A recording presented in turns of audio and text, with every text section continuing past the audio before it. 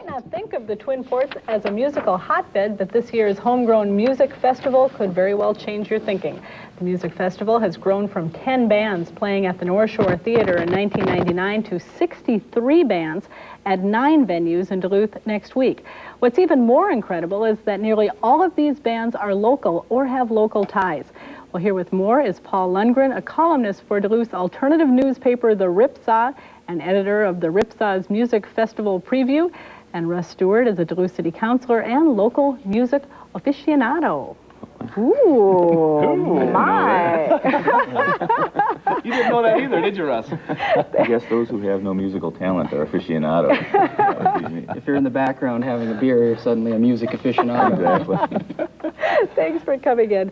Paul, it seems like this festival is no longer flying underneath the radar of the mainstream public. What's happening to make this grow so quickly and become so popular? It's just been an explosion, basically something that's built on itself, that each year the show gets better, and with each year the show itself ends up promoting itself. And with the show, all the bands kind of thrive off that and start doing more shows, more venues start opening up, more shows, more bands. A lot of our viewers probably haven't even heard of this, the Homegrown Music Festival. Tell us a little bit about either one of you who has the better background on the history, about how did this start? Well, I guess I should point out first that I'm kind of here in lieu of some other people who are responsible for the show. I don't have anything to do with putting the show together. Scott Starfire Lunt is the guy who originally put together what was a birthday party for himself at Lafayette Square in '98. And that was, he just put together 6 bands that were friends of his that he knew to play this party. That was a lot of fun, and so a year later he decided, well, let's make a festival of it. And they got the North Shore Theater to be that was the only venue that first year. There were 10 bands that year. By 2000 there were 23 bands, 38 the next year, and now we're up to, they're advertising 65, but every couple days somebody drops off the list and somebody new jumps on, so it's kind of 65, give or take one or two at this stage. Russ Stewart, our resident music aficionado. At least tonight, anyway. What is the Duluth sound that people are starting to hear more and more about? You know, I've been trying to figure that out for myself. The last few times I've gone out and saw music, I was thinking about this, and there's something that ties all these bands together, even though there's a variety of styles. And by the way, I'm no music critic at all. But, you know, it's something like, yeah, I'm freezing my ass off, but my music keeps me warm, or something like that. What makes all these music, all this band sound. I don't think we can say that on public TV, can we?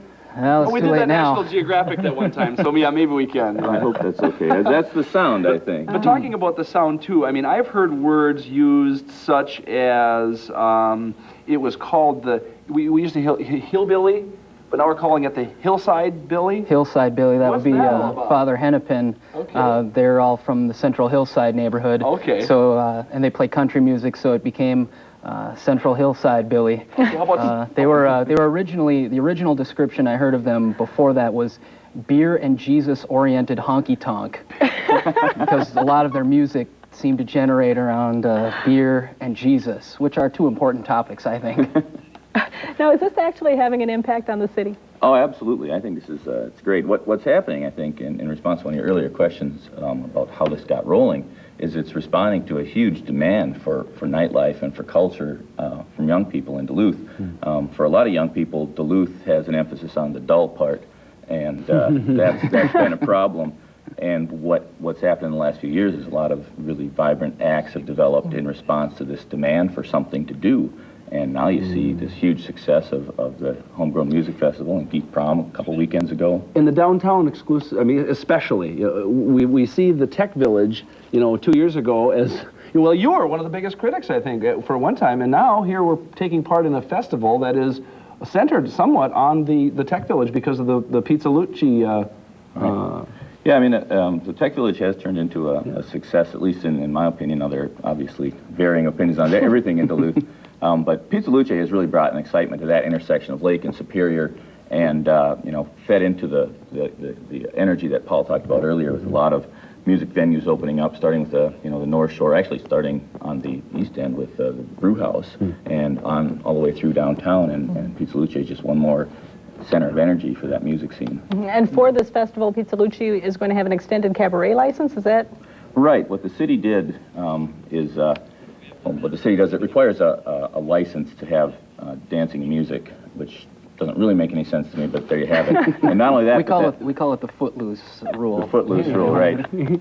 That license required all music and dancing to stop at 1 a.m. when drinking stopped, and places like Pizza Luce, for instance, which serve food until a lot later than that, till 3, wanted the opportunity to have music till later. And so what the council did, with the support of the administration, is created an opportunity for that to happen. And so we can see entertainment later into the evening for people who don't go to bed at 10. And is that something that any of the other establishments around town could apply for as well?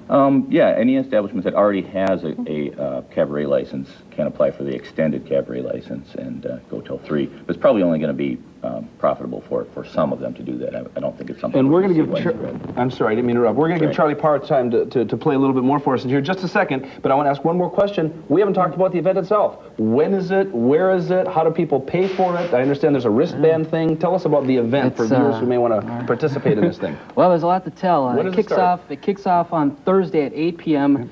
at the Fitkers Brew House, and the Brew House is one of 8 venues. The Brew House is basically the only venue on Thursday night. Okay. There aren't any bands playing Thursday night, but what they have is the Starfire Lounge, which is there'll be DJs playing all Duluth music that night. And the mayoral proclamation of Homegrown Music Festival weekend will be read. The cask-conditioned keg of Homegrown Hemp and Ale will be unveiled. Now, wait a minute. Homegrown hemp and ale, is there a marijuana subtext going on here? I've been talking to a few scientists and trying to figure out exactly how marijuana can be active in beer, and I think if you add it in at the right time, it can be. And I'm not saying that they're doing that at the brew house. We'll leave that up to the scientists. But I sampled some last night, and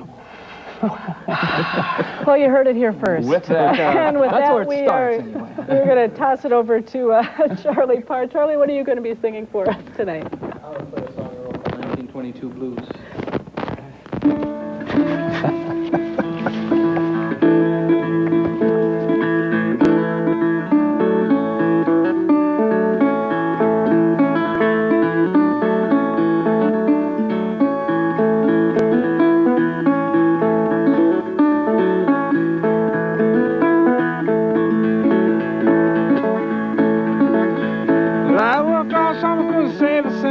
All my money to the government. That's when said how I got spent, but the banks are coming for my deed, boys. Man, that mill can't see, boys. They're making my feet pull free, boys. Ain't that the way it is?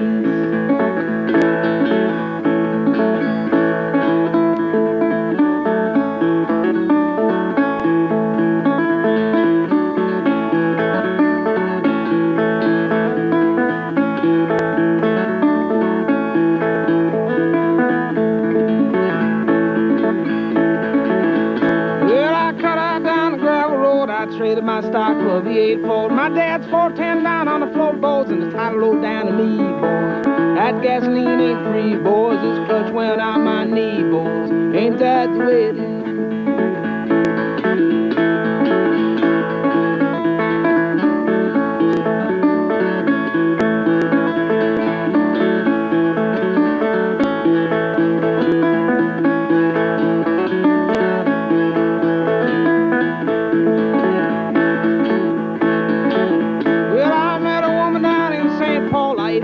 And I met her pa. Her brother told me he'd bust my jaw if I talked his sister again, boys. Told me I couldn't win, boys. That blood running down my chin, boys. Ain't that the way it is?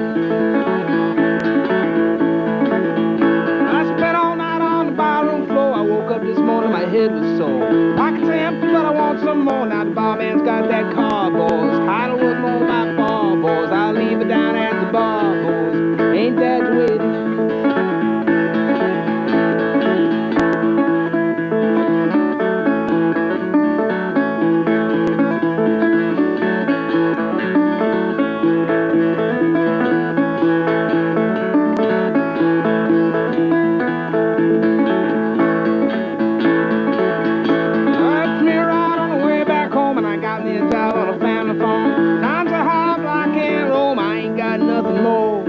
and I owe that company store, boys. That road's look good for show, boys, and ain't that the way it is?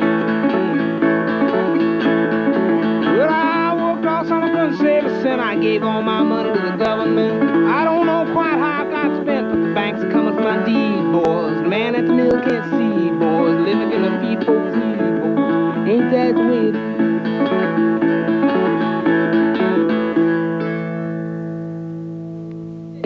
Charlie Parr. Darren, this is the time when you walk in front of the camera. Yeah, and get sorry in the about shot. that, Dad. I don't know if you noticed. I walked right into your shot, Charlie. I'm sorry about that. We just have a couple of seconds here, quick. You're playing in the Homegrown Festival. Yes.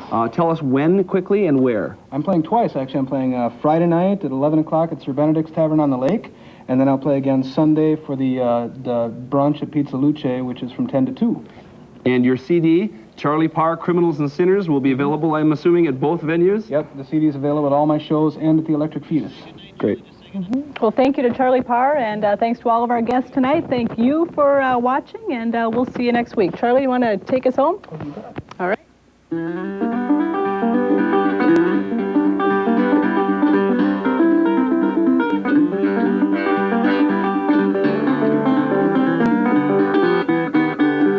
Whiskey Johnny lives up on the hill. Whiskey Johnny lives up on the hill. Ain't drunk himself to death, Lord, he's living there still.